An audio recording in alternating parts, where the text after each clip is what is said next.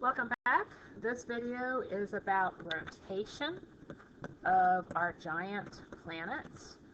There's some interesting things to say about these guys. They're different than our terrestrial planets and Earth that we know about. All the giants rotate, but they all rotate really fast. So all giants have really rapid rotation. I hope that you would expect them to rotate because we talked about how they were formed out of a spinning disk.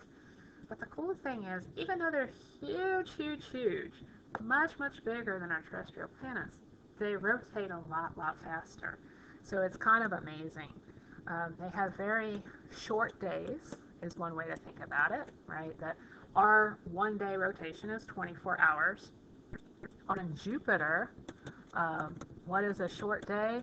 A short day is 10 hours. Jupiter is our biggest planet. We could fit a ton of Earths in there, but it only takes 10 hours to rotate around once.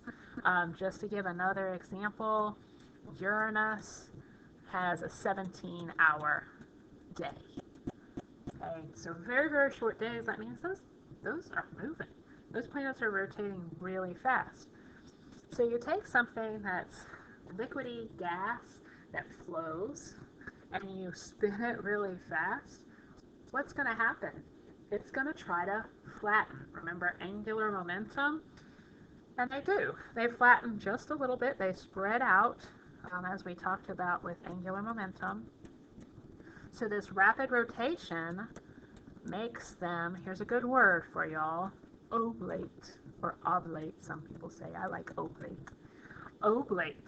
That means that they're not perfectly spherical anymore, that they are bulged. They have a bulge at the equator. It's hard for us to see this. When we look at one of these planets, we don't see that they look, oval, but they do bulge quite a bit, and that's just because they're so fluid and they're rotating really fast. And so angular momentum says they have to spread out so they don't fly apart. And there you go. You have this kind of bulgy, non-spherical planet. Saturn is about 10% bigger at the equator compared to Earth, which is only about 0.3% bigger at the equator than elsewhere. Other cool thing about rotation, or that's related to rotation, I guess, is tilt. So we talked about the Earth's tilt when we talked about seasons, right?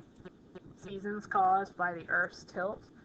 When we look at the rotation axes for these planets, they're very different and maybe not what we would expect.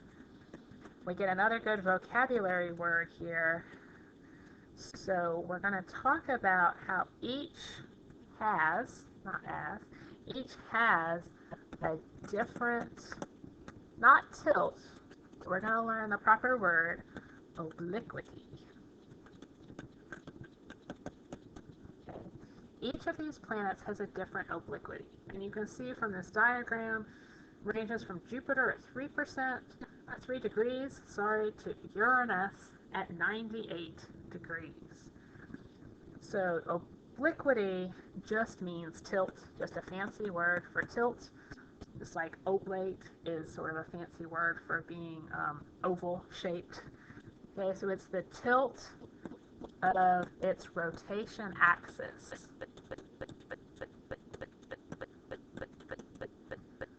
Compared to, y'all remember, the ecliptic.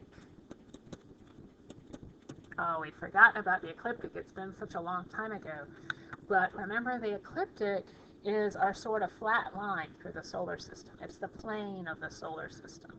And Earth was at 23.5 degrees compared to perpendicular, right? And so here, obliquity is just saying how much is it. So if our ecliptic is this red line,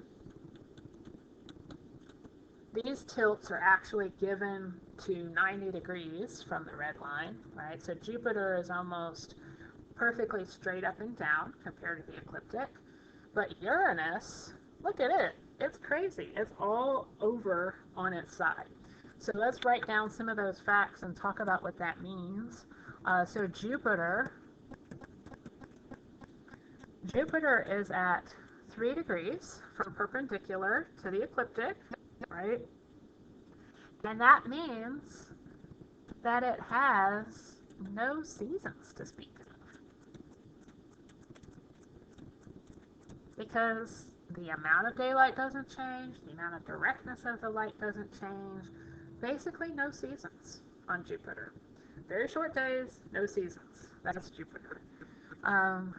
Looking more Earth-like are Saturn and Neptune, right? So Saturn and Neptune do have sort of normal-ish seasons if we compare to Earth. They are tilted a little more than Earth.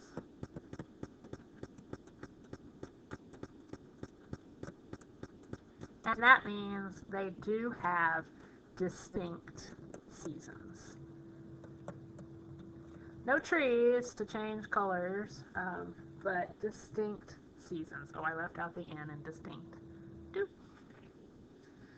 All right, now let's look at Uranus, because Uranus is the weird one. So what does this mean when it's sitting here at 98 degrees, rolling along on its side? Think about it in terms of seasons, about it going around the sun. We also have to remember Uranus takes a long time to go around the sun. So let's write down the facts first. Uranus, it's at 98 degrees. That means it is rolling on its side rather than being straight up and down like Jupiter. And that tells us that it's going to have crazy seasons. Very long, extreme seasons. And so this graph here is just showing us, if you were to stand at the pole, okay, here you are at the North Pole. I guess I should start closer to the actual date. Here we are at the North Pole. That was 2007. That's been a bit ago. Since then, we've taken 21 years. In 2028, you'll be completely in winter, completely in darkness. Another 21 years later, here's spring, and then finally in 2070, you have summer. So you have 21 years between each of these, and a total of 42 from winter to summer, because Uranus takes 84 years to orbit.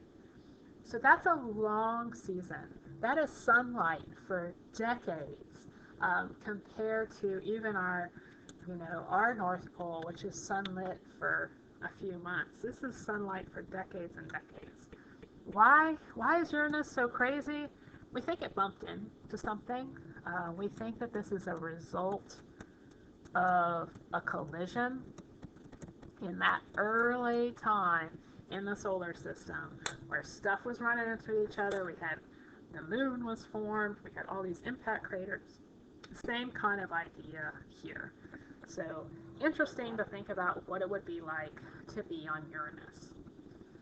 Another clicker question, you will find this on Moodle as well. And that will be the end of this